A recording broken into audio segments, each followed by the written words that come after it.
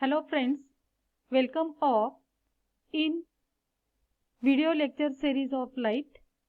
In this video,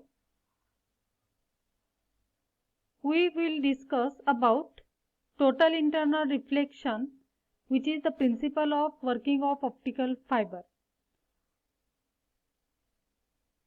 Myself, Yogita Dilip Jadhav, lecturer in physics from Science and Humanities Department of Kekewak Polytechnic, Nashik.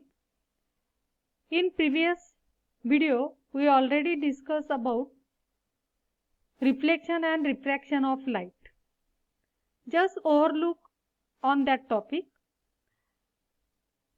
What do you mean by reflection of light? If we consider a reflecting surface such as mirror, a ray of light is incident on reflecting surface, then it bounces back in the same medium. This phenomenon is called as reflection of light. The ray which falls on reflecting surface is called as incident ray, and which bounces back from the reflecting surface, which is called as reflected ray. It is also found that angle of incidence is always equal to angle of reflection, and that is the angle made by incident ray with normal and angle made by reflected ray with normal is always same, and normal is nothing but a perpendicular drawn to the reflecting surface, that is surface of mirror. Now let us see what do you mean by refraction of light. When a light moves from one medium to another medium, then there is change in direction of light wave. This phenomenon is called as refraction of light.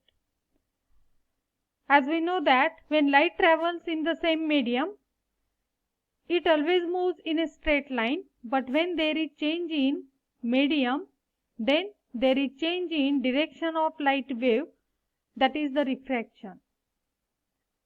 Now here this ray diagram shows refraction of light.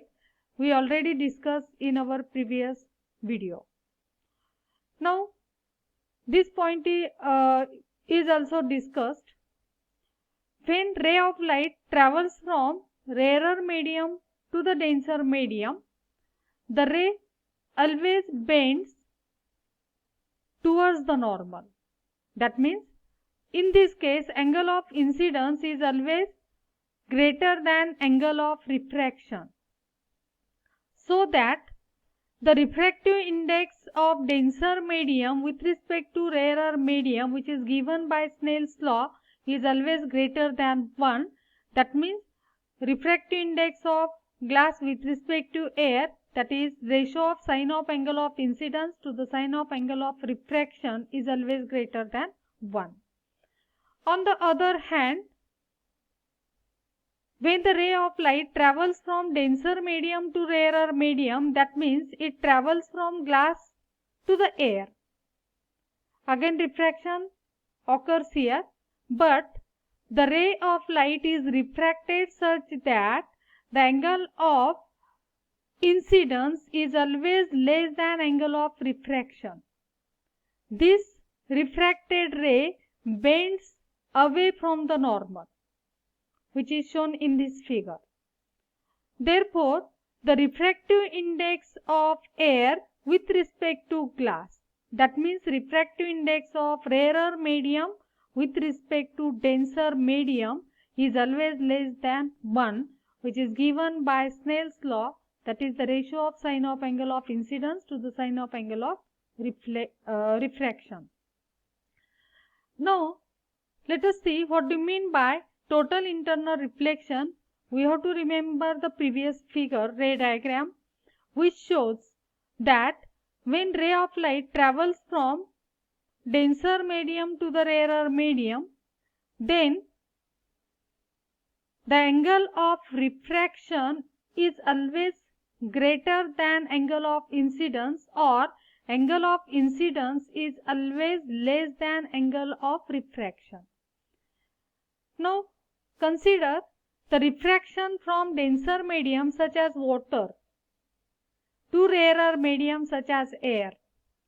Suppose the light source is kept at point A, and if from this point A it is normally incident on the surface which separates the two media, water and air, that is water-air interface. This line shows water-air interface which separates the two media, water and air. But when from the source of light which is placed at point A, light is incident in a perpendicular direction, then it moves in rarer medium, that is second medium, from first medium without any deviation. That means it travels in a straight line. But if it is inclined, which is shown in this second figure, if a ray of light AO1 which is incident at point O1 at water-air interface, then simultaneously reflection and refraction observed here.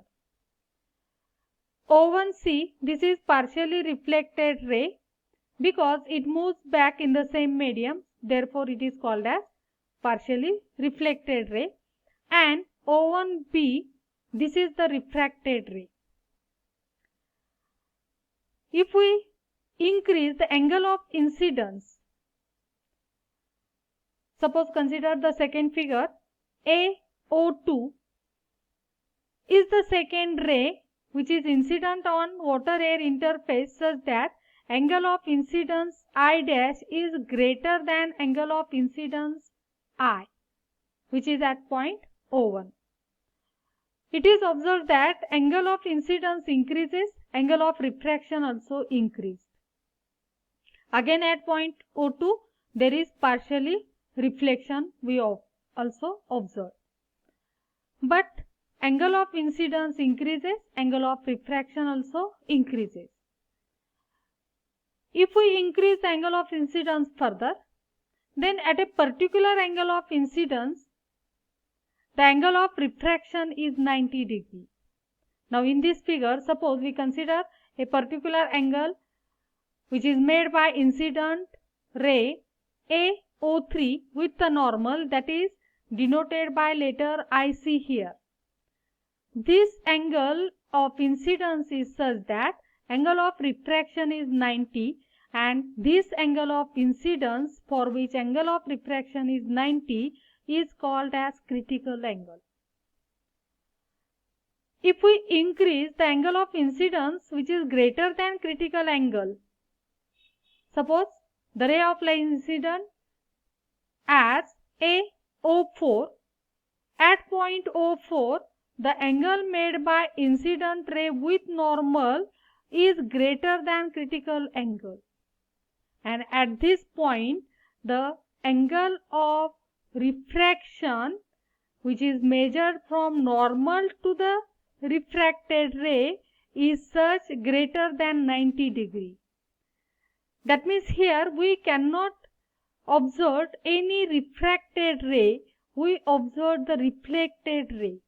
That means this ray moves back in the same medium, that is denser medium, that is water, and therefore this ray is the totally reflected ray, and this phenomenon is called as total internal reflection.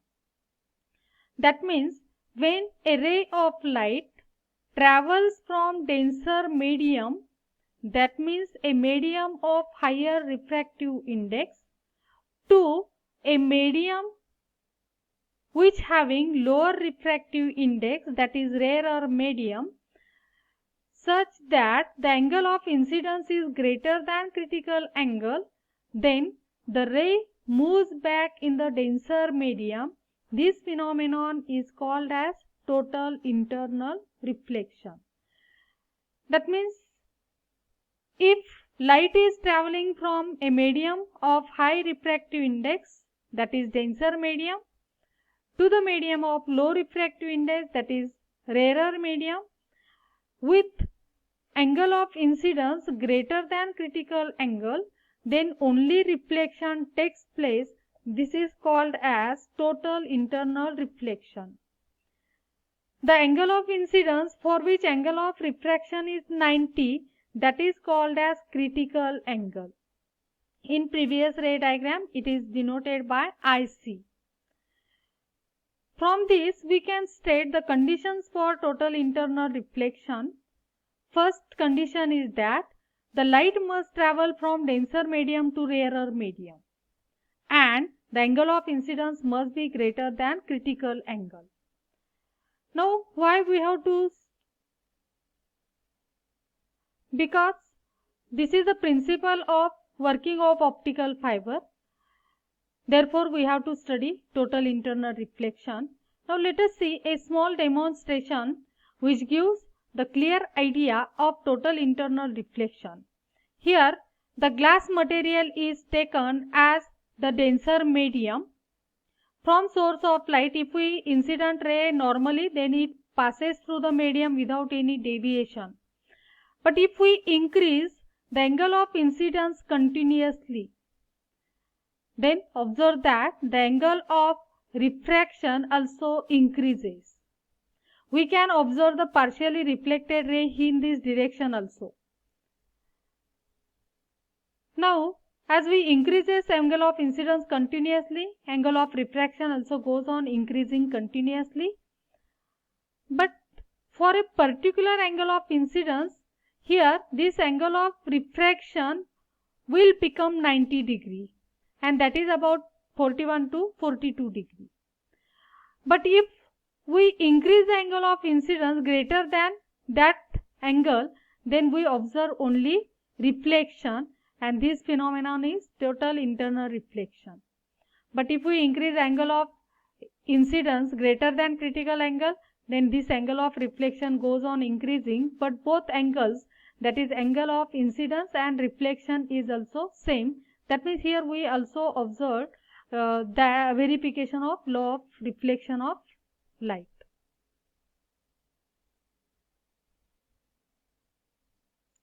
From this small